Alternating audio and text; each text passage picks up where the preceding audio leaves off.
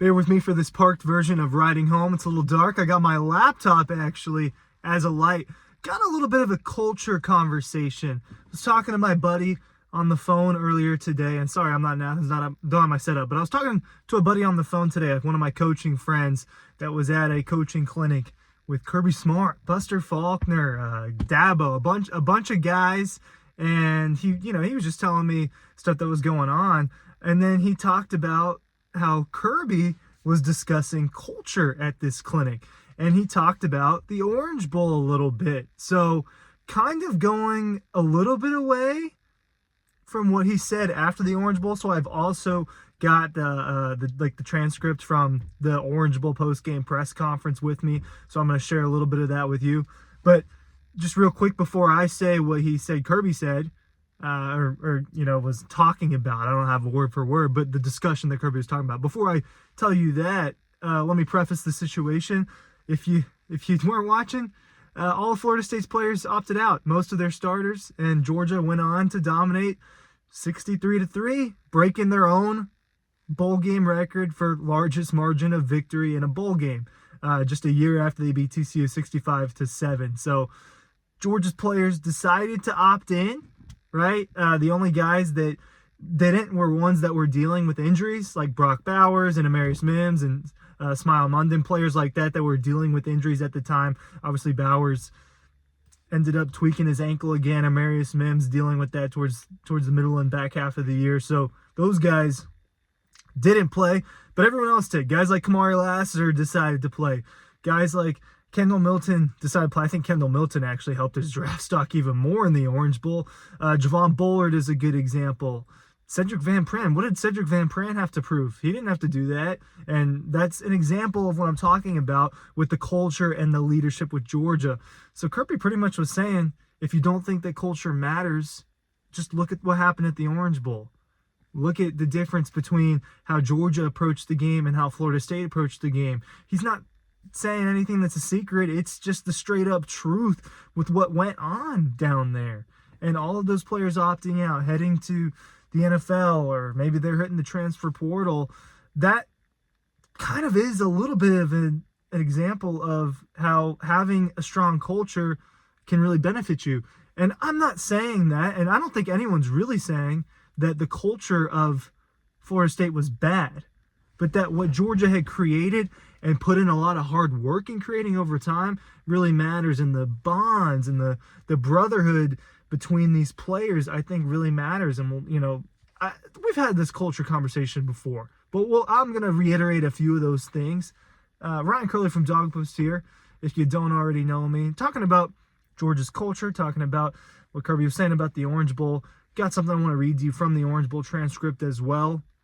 Make sure you're checking out our newsletter, linking it down below. I'm thinking in this current day, if you're watching this on Saturday, I'm recording this Friday, this is going on Saturday morning.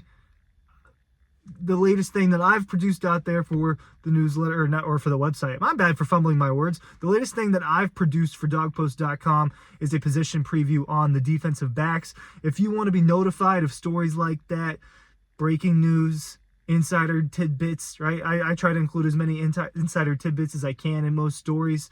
A little bit of that involved in the defensive back story.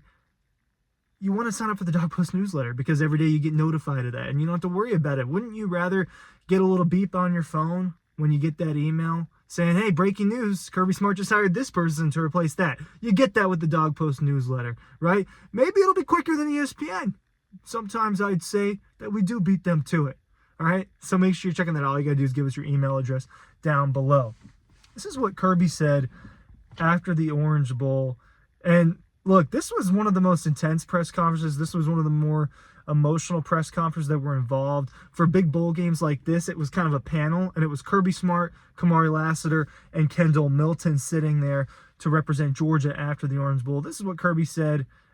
Basically, it wasn't even prompted a question. It was more just about, what did Kendall Milton and Kamari Lassiter want to do? Why did they come back? And Kirby interjects himself.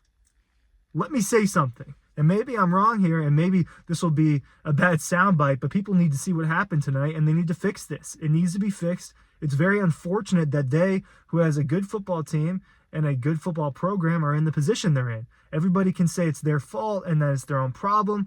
All right, and everybody can say we had our guys and they didn't have their guys. I can listen to all that, but college football has got to decide what they want.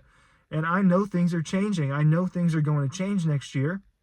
You know what? There's going to still be bowl games outside of those bowl games. He's referencing the college football playoff bowl games. People got to decide what they want and what they really want to get out of it, because it's really unfortunate for those kids on that sideline that had to play in that game and didn't have their full arsenal, and it affected the game 100%. Of course it affected the game 100%. If Florida State, I was on record all season long during this past year in 2023 of not thinking Florida State was as good as their ranking. Right? I was pretty adamant that, look, I don't know that Florida State is one of the 4 best teams in college football. I don't think that this is necessarily a playoff team. And if they were at full strength, I would have predicted Georgia to still win by at least double digits. I just felt that Georgia was that much better than the Seminoles. I think that the spread would have reflected Georgia being much better. Would it have been a 10-plus point spread? I'm not 100% sure. It just kind of depends. But Georgia would 100% would have been favored regardless of what was going on. But he's right. And look, he's right about this. It's a little bit different than what he has said more recently. But the thing about what he said after the Orange Bowl, it's more about just the structure of college football. He's kind of just complaining to nobody, I think, almost. This is what it is with the money involved now, and the money involved at the level and in the public eye. And look, I say it over and over again. The NFL is the dream for these guys. So if the NFL is a more important part of the dream, then they're going to opt out of these bowl games, whether it's significant or not, and just go ahead and prepare for the draft and prepare for pre-combine interviews and prepare for all that. That's the reality of the situation with a lot of these players. And so it will be harder to keep a culture and to keep that there. Georgia, on the flip side, has players like that, where this Orange Bowl really didn't mean much to Georgia in the grand scheme of things. This was a year where Georgia was trying to three-peat. They were trying to win 3 national championships in a row. At this point in time, it feels like a little bit, championship or bust is really harsh. To an extent, it's true at a Georgia that's in a position that it is right now to compete for national championships on a yearly basis. And that's just the reality for the Dogs. But the culture is the reason why guys like that come back. They work so hard on making sure these guys love each other, man.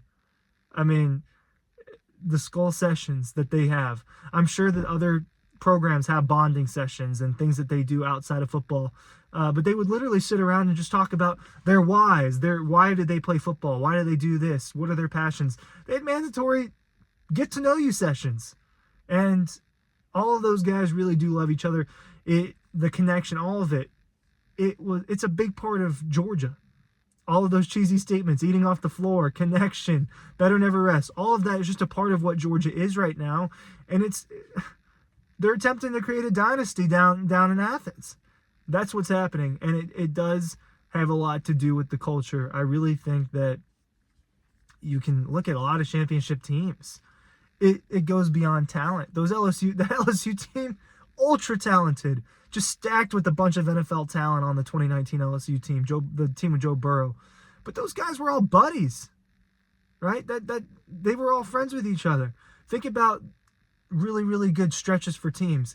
The Spurs over time in the NBA, Tim Duncan and Manu Ginobili and Greg Popovich, Tony Parker. That was a culture thing. It wasn't just talent and IQ. Heat culture in the NBA, in the NFL.